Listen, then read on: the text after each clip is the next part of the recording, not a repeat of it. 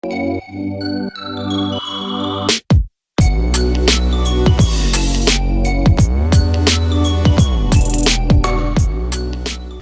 good, everybody? Hopefully you guys are doing good. So we are back today for another video. This video I'm going to give a breakdown on the Trump versus Biden tax breaks and their tax system and what they're planning to do. Now before we begin, this is my Twitter page right here, as you guys can see. All you gotta do is just click on that little follow button so you can follow me, and that way you know what's going down. If you have any type of video requests or comments, this is going to be the best way to do it. I have a list of videos that people have requested. Hopefully I will get to them soon, but this is the best way. If you have any questions, I post here daily, and this can be the best way to reach out to me, leave a message, comment, engage. This is the best way to do it, Twitter. Alright, with that being said, let's continue. Alright guys, so in the US, the election is a few months away, and we are potentially going to have a new president, or we're going to have 4 more years of Trump. Those are really the two options. We're not really at a point in time where I think we're going to have a third candidate come out and win. That's just me. Anything is possible, but let's begin. So this is Joe Biden's tax plan, election 2020. Now, this has been a video I've been working on for a while, guys, and the issue is that it's just way too politically biased one way or another. So that's why I had to try to find information that is more objective. I just want the facts. You guys can take the facts and decide with it what you want. Also, important fact, just because a president's tax plan has came out, it does not mean that that's the only criteria you should base who you want to vote for on. Just putting that out there. Okay, so Joe Biden. Let's see what Biden's tax plan is if he wins. With the economy in trouble, tax policy takes on added importance in the 2020 election. So let's take a look at what Biden has said about taxes. We know that tax policy will play a big role, which is true. And here we go. Okay, so let's go through this real quick. Higher taxes on wealthier Americans. Unlike some of his opponents in Democratic primaries, Biden has not pushed for a wealth tax, but that does not mean he is opposed to taxing the wealthy more heavily. So yeah, Warren and Bernie, they wanted to tax more wealthy folks. Biden looks like he wants to do it, just not as much. For instance, to help close the gap, he wants to raise the highest personal income tax rate back up to 39.6%. It was lowered to 37% by the 2017 tax reform law. So when Trump signed that law, it brought down the effective tax rate for the highest group from 39.6 to 37, so almost 3%. Cap itemized deductions for wealthy Americans.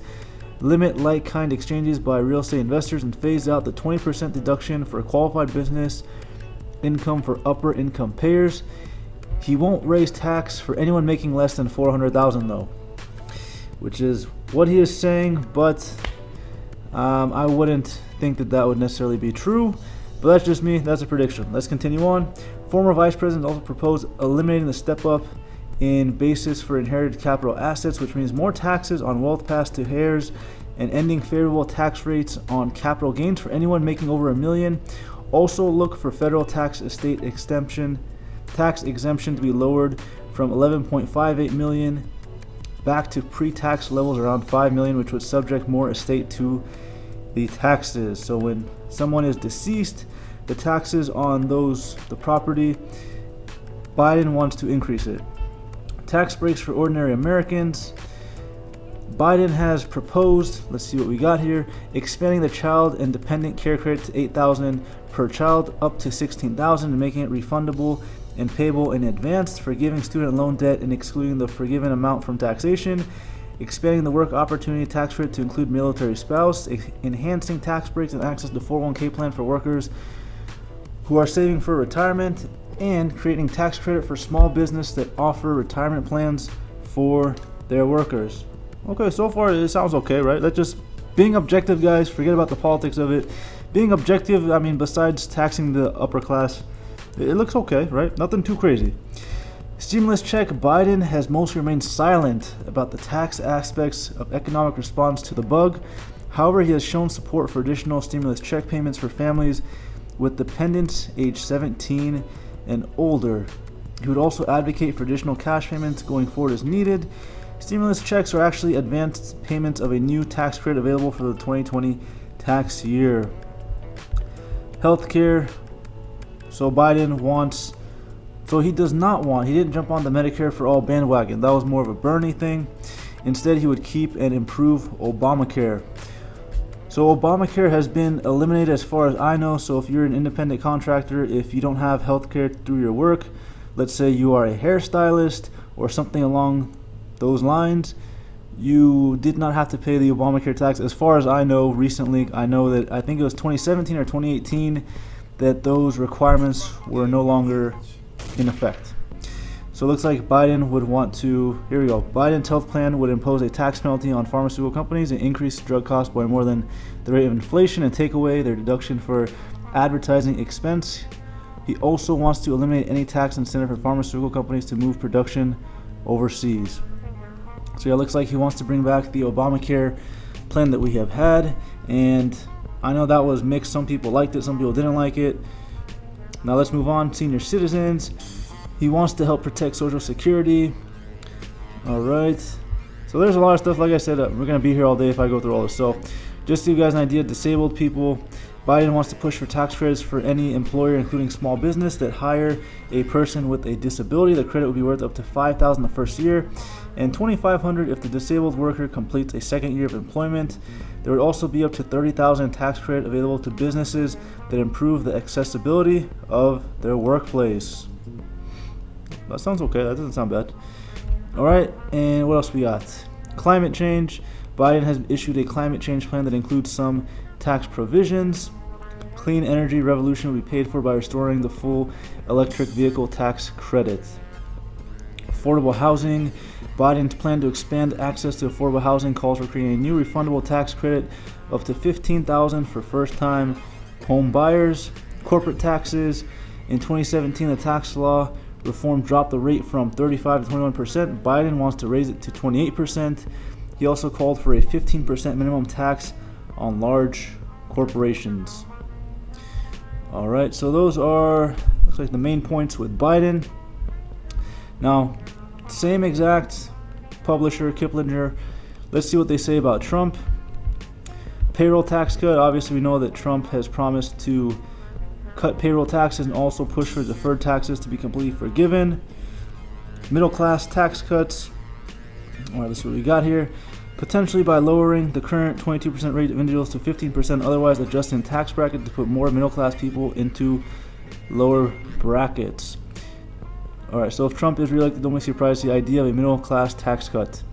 Also expect the president to seek permanent status of at least some of the provisions in the Tax Cuts and Jobs Act that lower taxes for individuals. Most of the provisions, should say, are set to expire after 2025. Stimulus checks. So what we got here. So Trump has been in favor of pushing those stimulus checks to kind of help the economy get back up and running. Reducing taxes on capital gains. Trump wants to reduce taxes there. Expanding opportunity zones. Okay. Travel tax credit. That was one thing that I know had been discussed in the videos about the stimulus check, is that could help the travel industry. If there's a tax credit for travel expenses, that could be something that would help people who own businesses or shops on resorts or somewhere where most of the revenue is from people who are traveling. Again, that could be a good idea. I like that we're thinking outside the box a little bit. School choice. Now that's a big one. Tax credit for cash donations to certain organizations that provide scholarships to K through 12 students. And yeah, that's a big thing that I know a lot of people that I've talked to, especially at work, having the ability to choose, because the way it's set up, it's kind of, I don't want to go on a whole tangent on that, but basically, if people can choose where they can take their kids to school, that could be a viable solution versus whatever's in your area, you have to go there. But obviously, I get local taxes cover those public schools, so it's kind of a mess of a situation right now. It's a hot mess. I'm going to leave it, but I like the idea of people choosing where their kids can go to school. Business tax breaks, obviously, Made in America tax break, cut taxes to keep jobs in America. Tax credit for companies that bring back jobs from China. So basically, Trump wants to cut taxes on businesses and all that good stuff, and Biden is leaning more towards expanding on.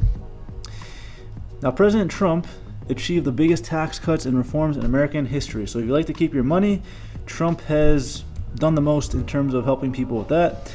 President Trump's tax cuts are the biggest gross tax cuts in American history, cutting over $5.5 trillion in taxes over 10 years. The president's tax law included substantial reform to make taxes simpler, which help offset the cost of tax cuts and thereby limit the net tax cut to $1.5 trillion. The Tax Cuts and Jobs Act. Continue on here. So basically, there's a whole bunch of stuff.